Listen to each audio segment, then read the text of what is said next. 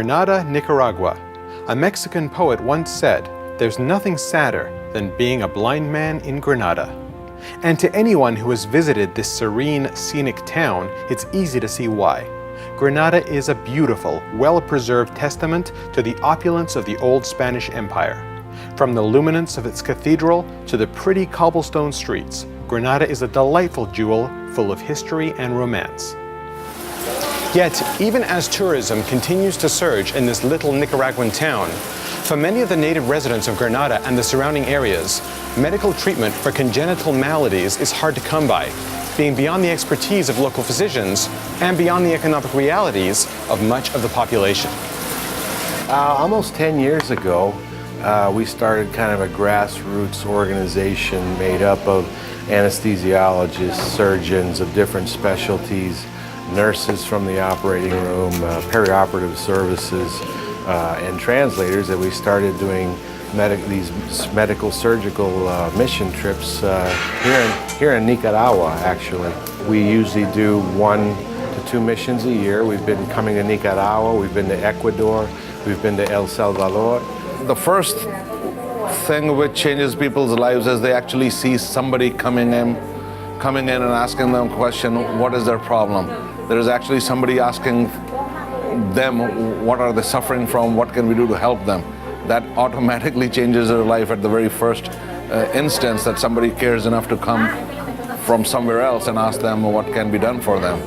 I have been going to third world countries for approximately 30 years and helped develop this program at Scottsdale Healthcare. A cleft lip and cleft palate is a cleft of facial processes that are forming from the nose down and the side of the cheek or face inward. This occurs some 6 weeks in utero, so it's a very early occurrence. The palate is about 4 weeks, a month later. My name is Carla Patricia Cordova. I am from Leon.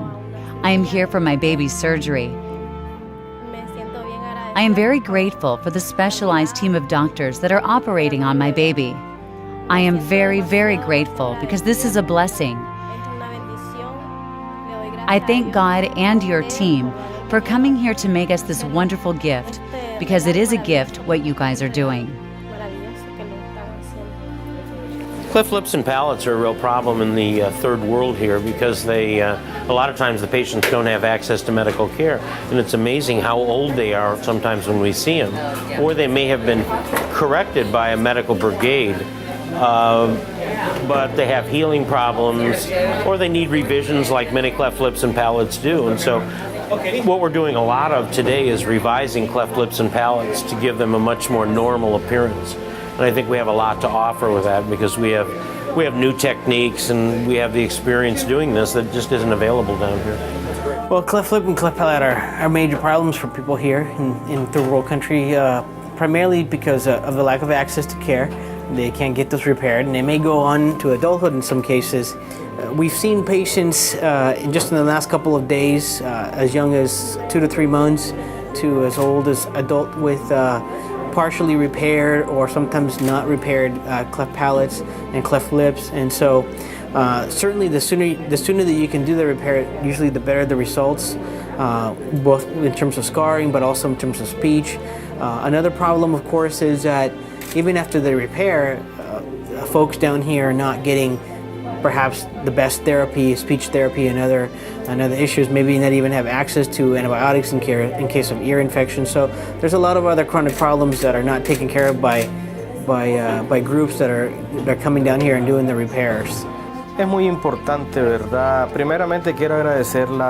First of all, I want to thank this group of physicians who, in good faith, are visiting our city. For us, it is very important, given the economic conditions of our country, and especially Granada.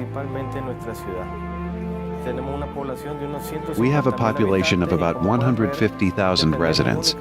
As you can see, we depend solely on this hospital and a fairly small medical group for the needs and demands of the community.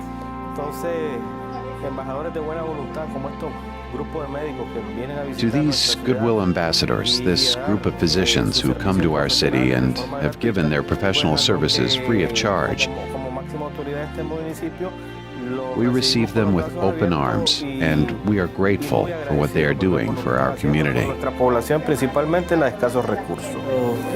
In many ways, when you come down to a country like this, like Nicaragua, to do cleft lip and palate, you want to have some very good working relationships with the physicians here, so that you can teach them, have them learn, have them see the procedures, and perhaps go ahead and do those procedures in the future.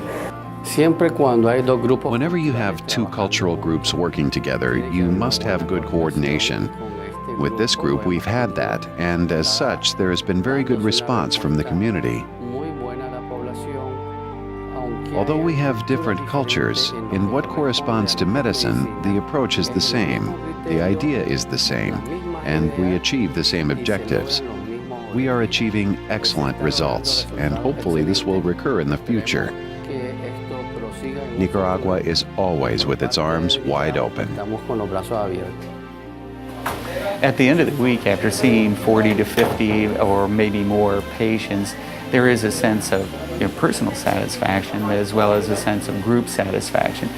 If you want to really put your training to the use it was imparted to you for, either as a surgeon or a medicine man, you definitely need to do one of these missions, because you may have trained in the best institutions, you may have learned the best techniques, but unless you put your qualification and degree to the use of people who need it, need your training and your skills the most, you will never value your training or your degree as much.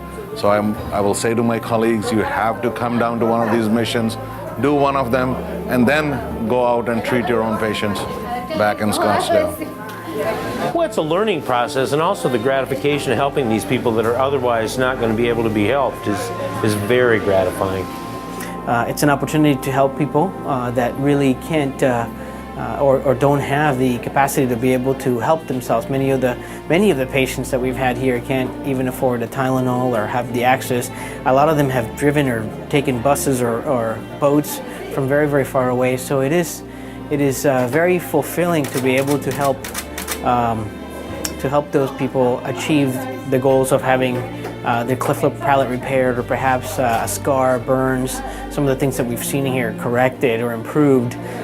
Well, after living in Scottsdale and seeing people go to different spas and getting rejuvenated and cleansed out, I tried doing the same thing, going to spas, but it didn't give me the same rejuvenation. Once I came here, I felt that this was the best spiritual cleansing I could ever get. And ever since I'm hooked. When I come here, when I go back, I feel recharged. I feel like there actually is a purpose to my MD degree hanging on my office. And I feel this is where the true essence of medicine comes out. We're the luckiest people in the world live in the country that we live in, and I've been particularly lucky, and so we owe it to mankind and humanity to do things like this. It's not a chore, it's enjoyable, and one thing to remember, you can never pay back, but you can always pay forward. And most of all, you as an individual get more out of this than you ever give to any of these patients. For many in this peaceful little hamlet of Granada, Nicaragua, this week was much like the last.